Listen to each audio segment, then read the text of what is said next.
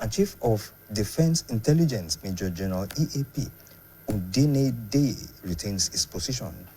Now, the President and Commander-in-Chief of the Armed Forces expressed most profound appreciation to the outgoing Chief of Defense Staff, General Christopher Musa, and the other service chiefs for their patriotic service and dedicated leadership. And all appointments, like it was said, has taken immediate effect. Now, let me just go through this. There might be some reasons, yes, some reasons why these changes were made abruptly. There was a rumored coup attempt. Yes, a rumored coup attempt. But the defense headquarters, the Minister of Defense, said it was not true.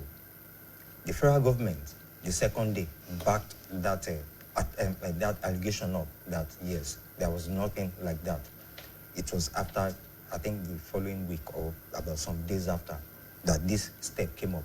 So there must be, and the reason the federal government said was that it is because of the insecurity challenges Nigeria is having, that they have to change the architecture of the military so that they can, the military, yes, the military as a whole can, tackle insurgency wholly in the country.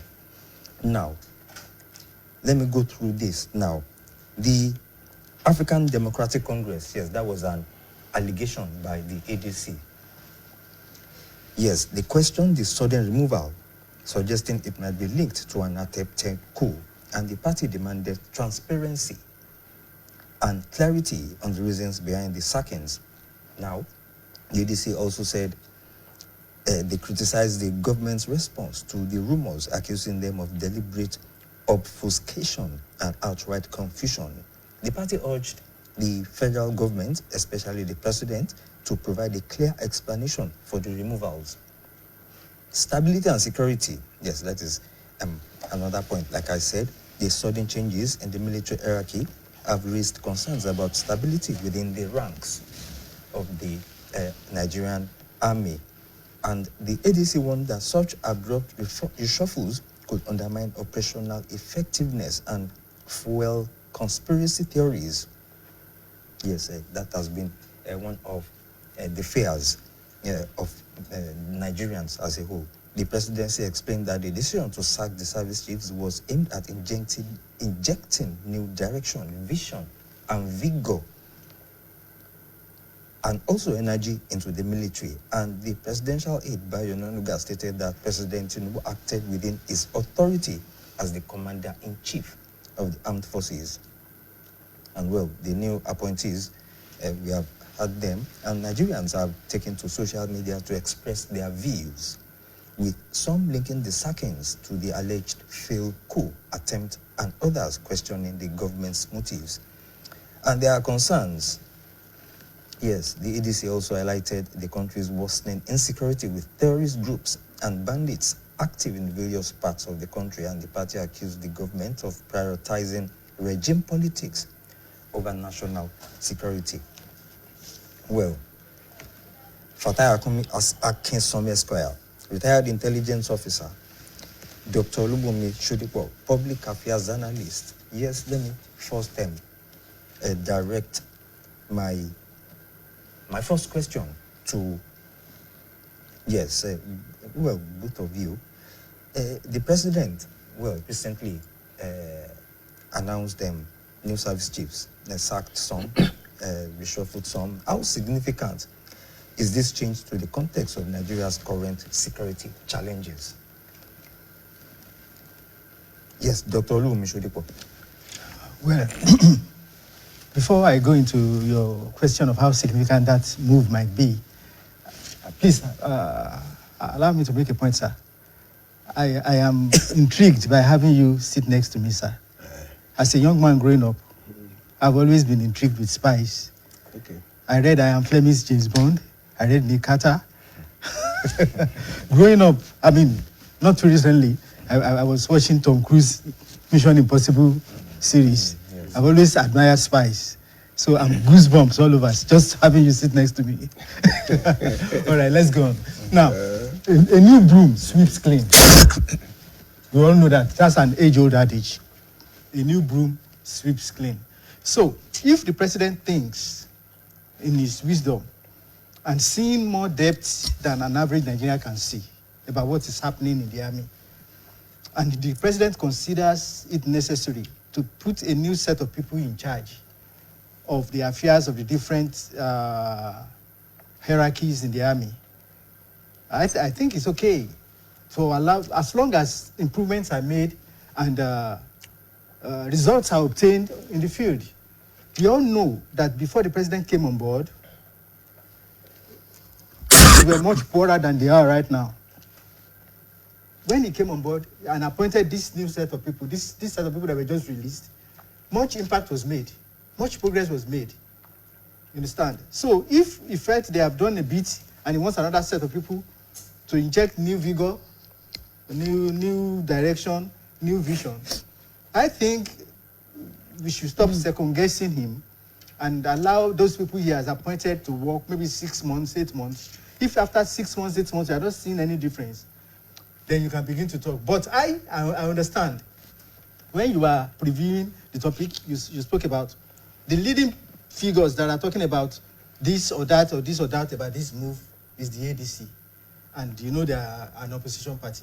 They are simply playing their role as an opposition party. The job of an opposition party is to kind of double-check the regime or the government in place and make sure that even whatever they are doing, they should be aware that some people are watching them. So I'm not surprised the ADC came up with that statement or made that statement. But it's very significant. It will turn out to be significant if good results are obtained. But it's only in a situation where you don't have any results coming from the change in in those offices that you now say that, okay, it's just window dressing. But you can't begin to say that now 1 week, 2 weeks, 3 weeks after that decision. Fatai Akinsomi, why am I mixing that name up? Yes, as a former, I know you want to react to what he said. Go ahead with your question. But as a former intelligence officer, yes, what does it change in service? What does it portend? What does it signify operationally and significantly? Well, my first line of approach is that let's look at the president himself as the commander-in-chief, the president and commander-in-chief. Is he acting between the purview of the law? And the question is yes. The changes, normally, this type of changes, bringing somebody who is of junior rank or cadre, will definitely lead to retirement of many, so as to enhance loyalties and build confidence in the system. But the significance is that the president of the country has access to so many informations, so many intelligence that would have been disseminated to him, which may not be within the purview of the general public. And if in his discretions, after doing comparative or superlative analysis, he now come on board that in order to inject, to create a new direction, you must not forget that human beings, we are in a state of perfections. It's only God that is perfect. And there is so 100 security that is so perfect all over the world. There are going to be some areas, some lacuna where you need to block or to open, depending on circumstances. So, in my own view, the government must have acted based on security reports at their disposal. Some are using different language. It's just a panicking measure. it's just this, it's just that. Even if it is a panicking measure, if there is an hint that there is likely to be, there are certain actions. It's not when you see this school that we are talking about. It is when they carry out the main aspect that we know there is school. They might be planning it for more than almost 3 years, moving from one country to another. So we know, as my brother said, I align with him almost on the speech, except the one that is 100% directed. But let us put that aside. The man go to the main something. You see, there is no how. There is not going to be any areas of improvement. Like you said the other time, those they are going now, or has gone, as you might put it now. Yes, outgone. You know, they did their best. The president also appreciated it, but at the same time, there is need for improvement. And if you look at it, especially in the core north, there is need for meaningful improvement. So, okay, now, new blood are being injected. Where would they start from? They are basing these changes on insecurity, majorly, in the country. And some people are believing that, yes, it was because of that rumored coup that was reported that these changes were made. Okay, fine. Insecurity, where do this one start from? You see, you are looking at it as if it's a disjoint organs. They are all part of the system, and they are not junior part of the system. They have been partook also in so many operations, be it in the Navy, be it on air, be it on water, be it on this. They have been doing it. They are part of the system. It's not that they will now sit down and be teaching them what to do. So I don't think there is any going to be any problem. I don't think so. Okay. And now, Doctor. Can I add a little bit to that? You can. You know, I would like to look at this situation like it's like when you have a football team that has a coach that has been doing well for a while, and then maybe you begin to see that that coach is flagging off. Let me give an example. Ancelotti and Real Madrid. After so many Champions League titles, they saw that the man is flagging off, and they removed him and brought somebody new. Just for that change of perspective, that change of vision, that change of strength, change of vitality. You understand?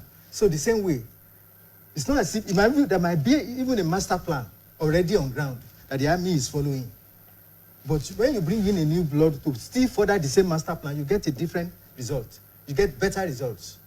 So where the question of where they start from does not really arise, because they just continue with whatever master plan the army has towards handling insurgency and banditry. Okay, just like a continuity in governance. Exactly. When that maybe kind of a road is started, and when the governor one leaves, another one continues the same. yes. Yeah. And now, from the public affairs perspective, now, Okay. what message do these appointments send to the citizenry and the international community?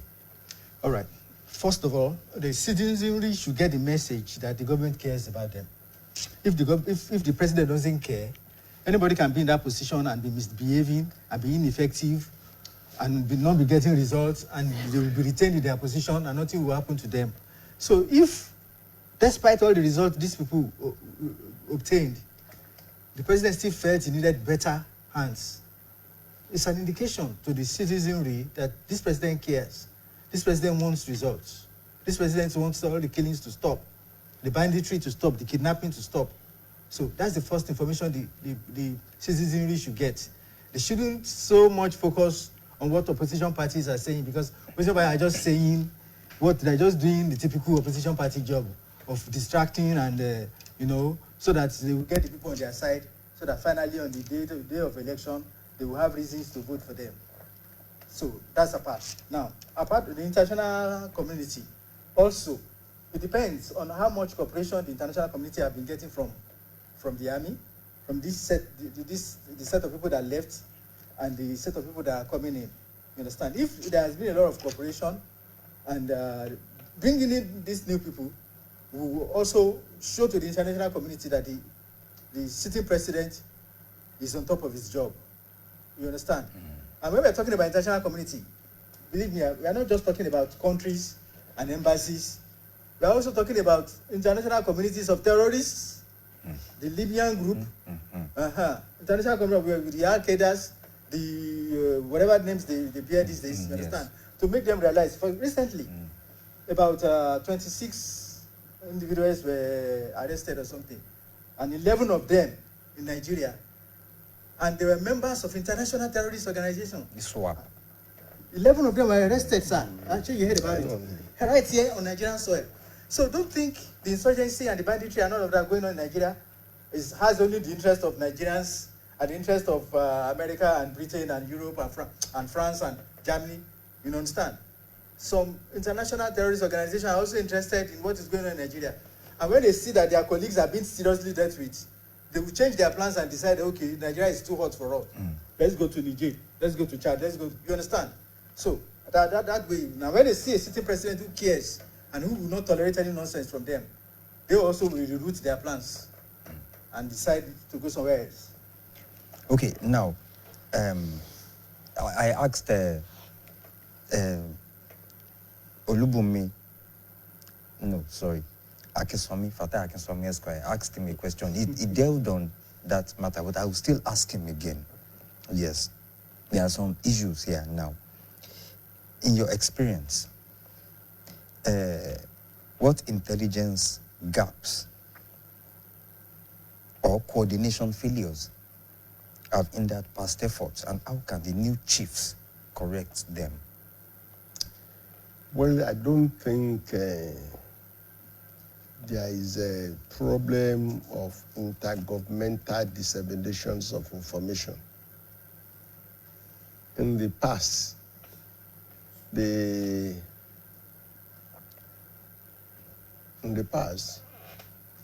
we see where you have government, one agency, one arm of government, quarreling over security issues. But within the past few years, I think, and nothing causes the main reason is that one particular agency, we want to claim credit for the success of operation, whereas in most cases, it's joint operations. The Department of State Services might get all information, disseminate it to appropriate authority. The DIA, who is handling the intelligence, we need the military. We get similar information, disseminate it to the appropriate quarters. The same thing, the NIA, National Intelligence Officers who are dealing with the outside, collecting intelligence from the outside. The NIA, they too may get almost the same thing. You know what I'm saying? Disseminate it appropriately. So they have been able, the issue of intergovernmental agencies, the same thing in the police who can gather intelligence within the intelligence units. So what I'm saying in essence is that once they disseminate that information, they have a race of unnecessary wrangling among the agencies as at now. And I don't think that one is a problem. You know what I'm saying? I think the NSA is doing averagely well in that direction. The National Security Advice is doing very well in that direction. So I don't think there is any, but that notwithstanding, let me add one or two words to my brother's statement. The present happening now, in respect of international community, I just not, but that's not issue of the issue of the future. The terrorists that you are saying, Libya, Iraq, even some of the issue of Al-Qaeda and others. I just start them criminals. Who are their masters? Who inculcate them? Who are those people who have indoctrinated them and who empower them?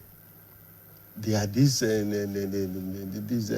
advanced country who is seen themselves as the police of the world. You hear what I'm saying? After that, they now change. Some of them now change their direction and face their masters.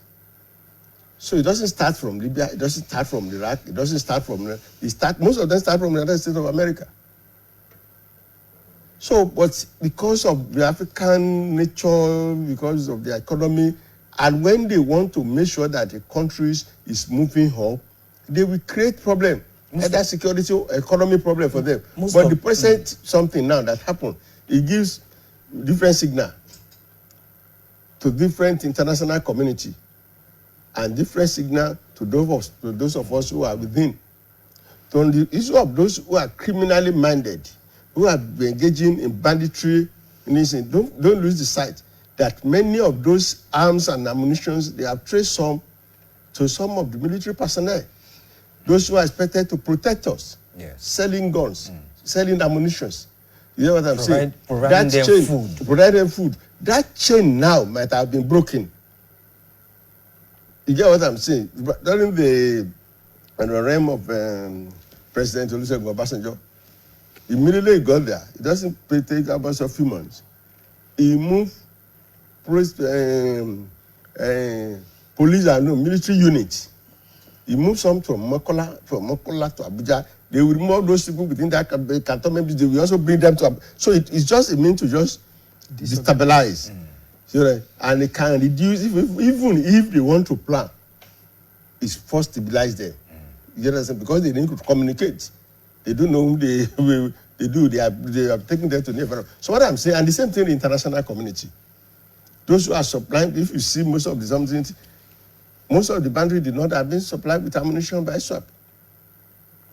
You get what I'm saying? And this present happening now will definitely destabilize them.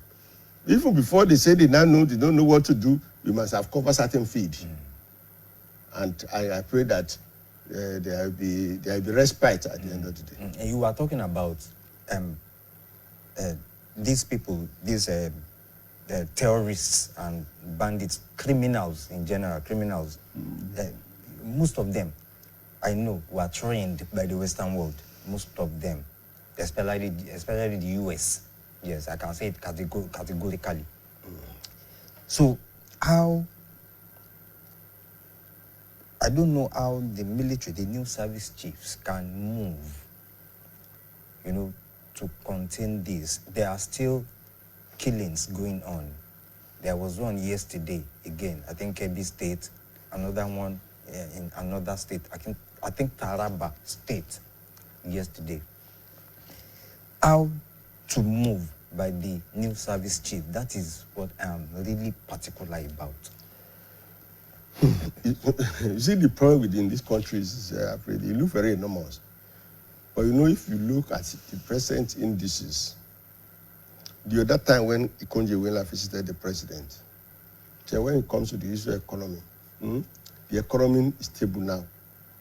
The next stage is how to cushion the effect of that serious economic changes. And that is the level we are now.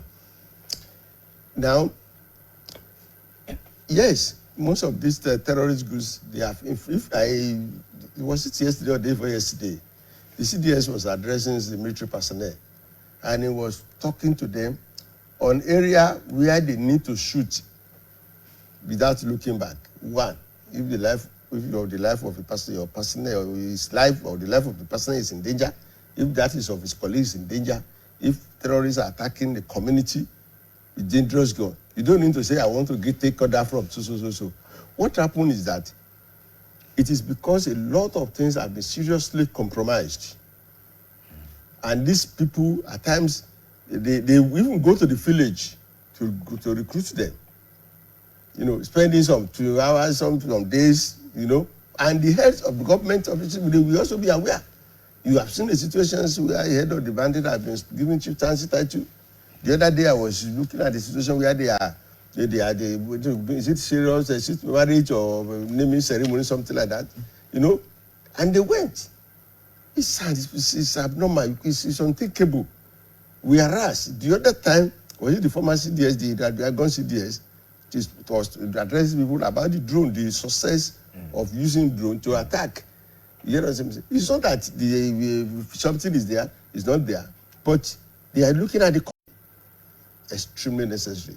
my brother was saying, the ADC, the opposition, that yes, the opposition is their right to talk, but the type of talk they talk is another different thing. Some people, they will do a critic analysis of events. By the time they are saying they are criticizing, they will still prefer solution. Yes. You know what I'm saying? But this other one, they just constructive criticism. But this other one, they just criticize. Something. They said, well, they have not been tried, and I don't think, unless if there is coup or attempted coup, they will set up the court martial. So we don't need to rush and make unnecessary conjectures of what the government has spoken. There is no coup. Yes, if we now want to go further, do you anticipate the likelihood of coup? That's another question. Maybe another question. Yeah. And unfortunately, they didn't ask that question. They were saying they should just let the thing be open. What is going to be open? If there is no coup, they will not set up any. Is it any of these disciplinary matters in the military that will bring to the knowledge of the public? It's no. They have their own internal machineries of dealing with things. Yes. And they have internal machinery to appeal also. So what I'm saying in essence is that they are just trying, they didn't agree, the oppositions need to be given objective criticisms. Yes, Doctor, how do the socio-political, situation in the country, unemployment, ethnic tensions, and governance issues feed into the worsening security crisis in Nigeria? Before I go into this, let me just make a little comment about some of the things. Yes. You said where should the service chiefs start? Yes. I think when you have a president that has the political will to deal with banditry and insurgency, that's where he starts from. If that is not there's nothing the service chiefs can do. There's a lot of noise about body language. If the body language of your chief executive is like you use hand to be rubbing them on their head, there's nothing you can do. Now, you have a president who is willing to deal with this situation. But these bandits, this insurgency, they already have an advantage.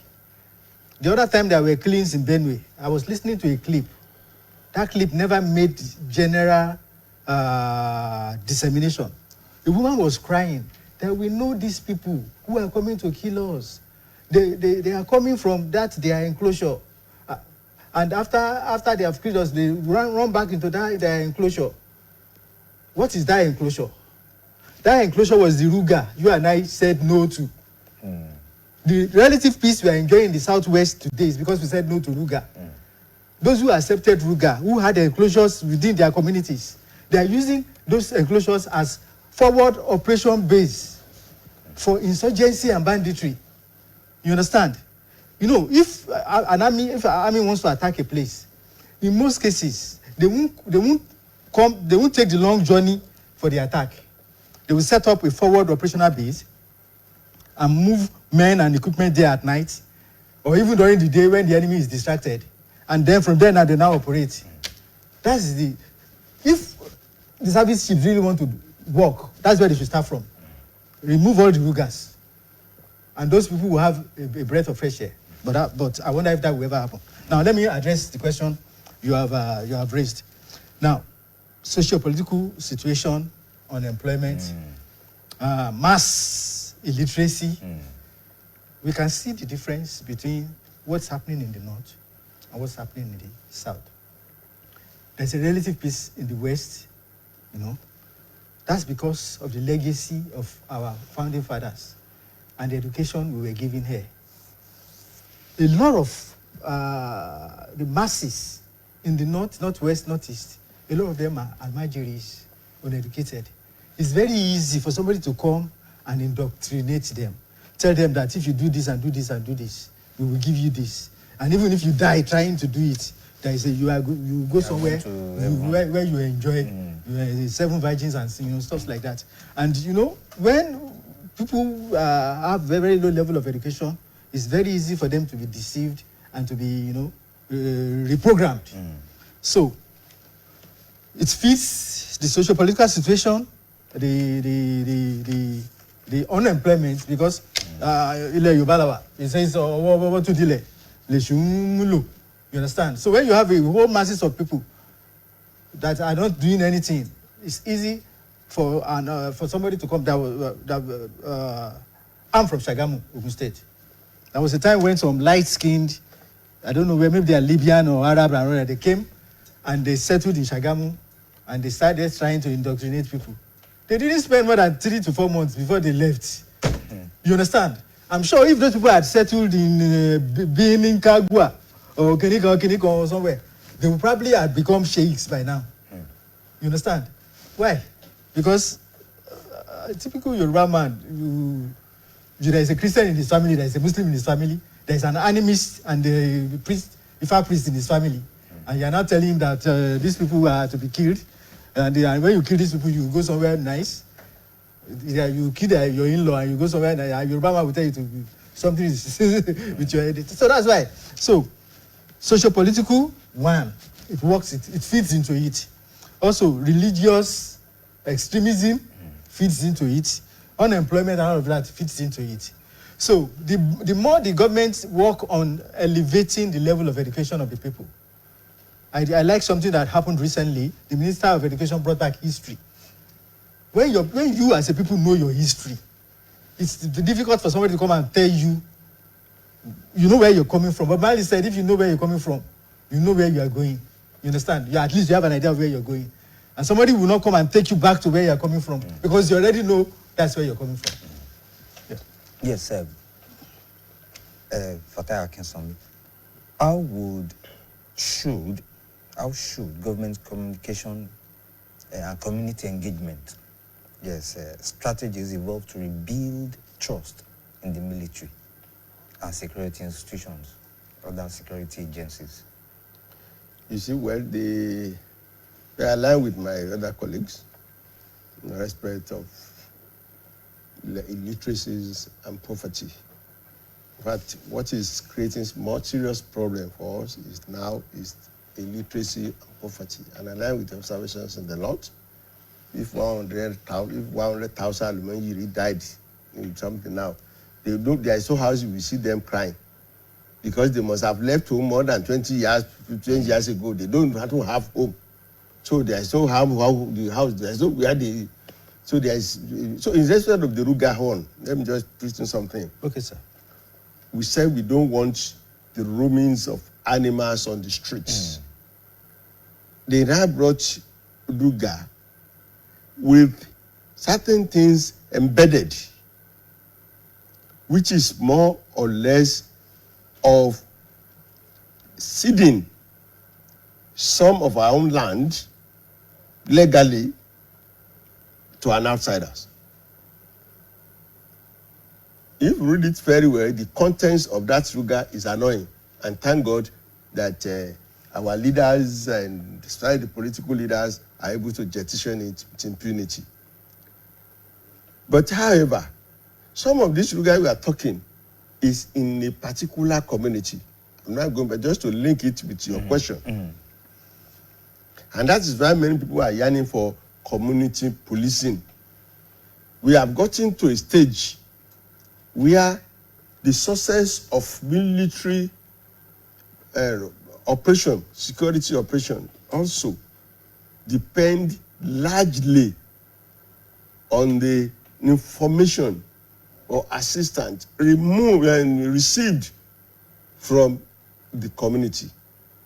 Supposing they increase the communication gap with the community. There was a time that I was in Yobe, to be precise, in Gashua. And they said these people are coming. After some time, they said we should not worry, they will not come. Because Gashua is the home of Yusuf, who was first killed. That's the first something. They said they will not come there. Mohammed Yusuf, and they are still respecting. So what I'm saying is that the community knows who are attacking them. I will not be able to say that the government knows, but I think government should also have some information. So if supposing now the community, some of them now have been brought into the security at Checho, and they are now made so in the community. Some of them licensed to carry gun officially. At least, no matter how, they will do some resistance and make meaningful communication to the appropriate authority. So, one, community have been supporting, in my own life, supporting state and community policing because it will enhance our securities of people and property. So, that's my. Is there any other aspect I left out? But community policing, can it work? How can it work? You are saying you cannot know my community more than me. You cannot know the terrain. These people who have been there for 100 years. They know where there is cough. They know where there is canoe. Where there is thick forest. They know where they know. They know the route. But those involved will not allow it to work. No, we have to start somewhere. You see, what I'm saying is this. You see, the problem with Nigeria, with us, is that we are mostly pessimistic. Get what I'm saying? Even if they start something, I don't mind them that it will not work. Everything, it will not work. Then what is going to work? There is no solution from, you have to believe that things will work. That's personally. Let me give you an example now. When the petroleum product, the subsidies was appropriately removed, because if it was not appropriately, supposing they have planned for buses, for this, the effect may not be as serious as this. But it was abruptly done, and before the twinkle of an eye, prices of almost all commodities just went up. Yes, I was talking yesterday or day with somebody. He said the bowl of gari, which used to be 1,000 plus, it's now about 450, 500, something like that now. Go and change our bukateria something as the quality of the gari as it increased. And the size. It has not. You know what I'm saying? Now, it's not the problems of our leaders. Followers also has their own problem embedded that is creating problem within the same society. Yes. But because the exposition that is happening when you say our leaders, putting money in the, what do you call the water tank, the money, you see some money, dollars, in the whole house, also seriously deteriorated and got spoiled, he will be watching. Our people are the set of people that they will steal what they cannot use. That's why some people thought that there must have been serious mental problem with our people. How will you steal what you cannot even spend? Your children cannot finish it, and you still steal it. It's mental problem. Suppose all those ones have been brought in. That's why the president, we have to appreciate the president of Ibadan, His Imperial Majesty. When he came on board, he said, okay, see all these moribund industries. Let us set up a committee that we see how they have rejuvenate it and probably bring some of them back. The land is there, the glass is there, extra battery is there, so many industries. Exactly. You hear what I'm saying? Yes, when you are talking to somebody who is hungry, that is poverty. If you say this one is a poison, you say let me just eat it first because you want to survive now. You hear what I'm saying? I say it may not work. So poverty and level of illiteracy, government need to intervene. And fortunately, the present president, no matter what any other person might ask in a negative form, is doing what is expected to do, especially in the areas of education and the economy. Okay. Now, Doctor, we talked about community policing and all those. I was about to ask that, yes, state police, why is it not working? It has been on for a long time. Agitations for state police, it has not worked.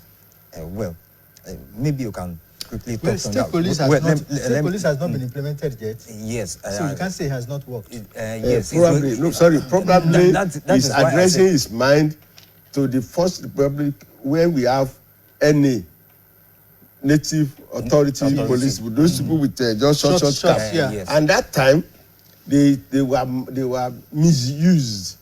They were used, misused, and disused. I've used it in that form. Why? That's what I was saying, that So- it will not, that state police, it will not stop No. community policing. Those are dead. You know, then you will see somebody's house, who's political opponent. They will kill somebody and throw it behind the fence. Of another The following morning, they Yeah. come say they noticed that you killed somebody yesterday. Before you know, it's in that. You know what I'm saying? But you see, the situation at hand now. We just let's try it. If it fails, we know it failed. We then move on. We do amendment. You get what I'm saying? But I think it's very important we have it. Okay. Now, like I wanted to ask, inter-agency collaboration, that's between the military, DSS, NSCDC, and all other agencies, NIA, and all those, or DIA, I think it is DIA now. DIA. How can it be improved for more unified security architecture? Well, he addressed it a few. He talked about I addressed it. He addressed it. Okay, the point is to make sure that one agency is not trying to claim the success of another agency, because that's what usually turns their back to one another and keeps them from sharing intelligence. You understand? Where security really starts, where success and results in security starts from, is proper and adequate intelligence. You understand? That's why people like No, you see, people like you should be respected and honored. You see, because people you like generate the intelligence that those who are in the field act upon.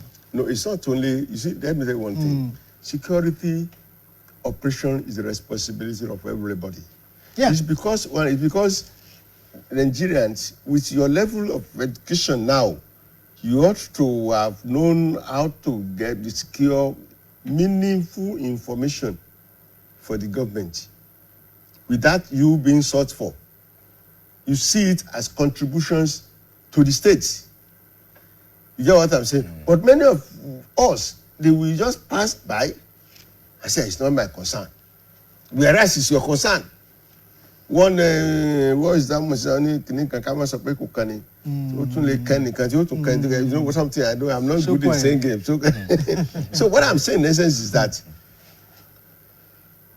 but to go straight to that issue of that is why Interagency the office cooperation of NSA is there. National Security Advisor. National Security Advisor.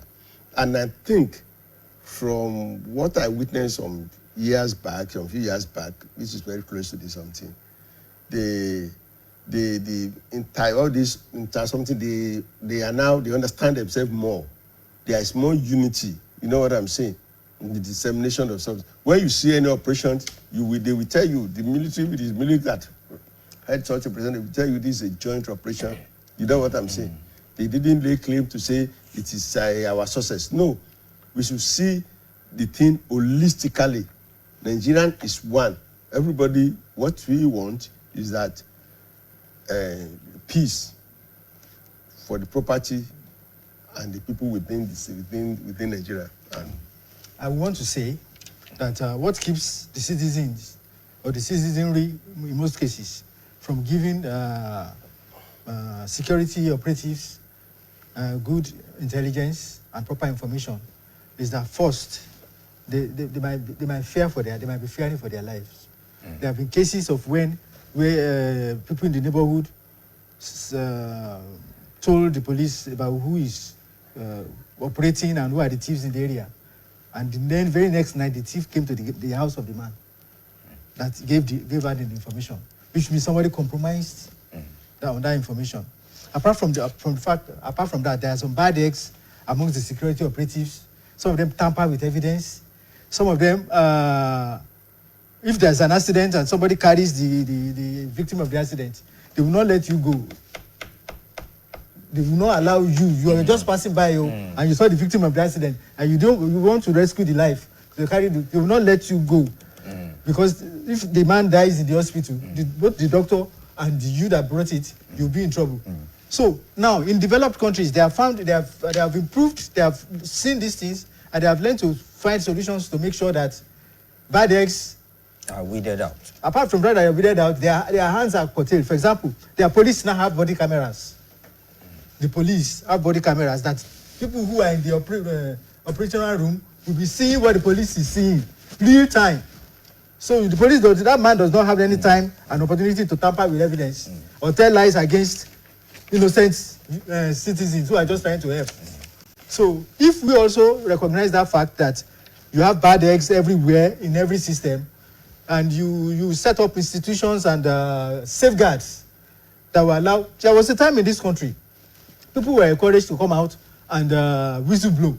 Yes. And you saw how many news of corruption we were hearing at that time.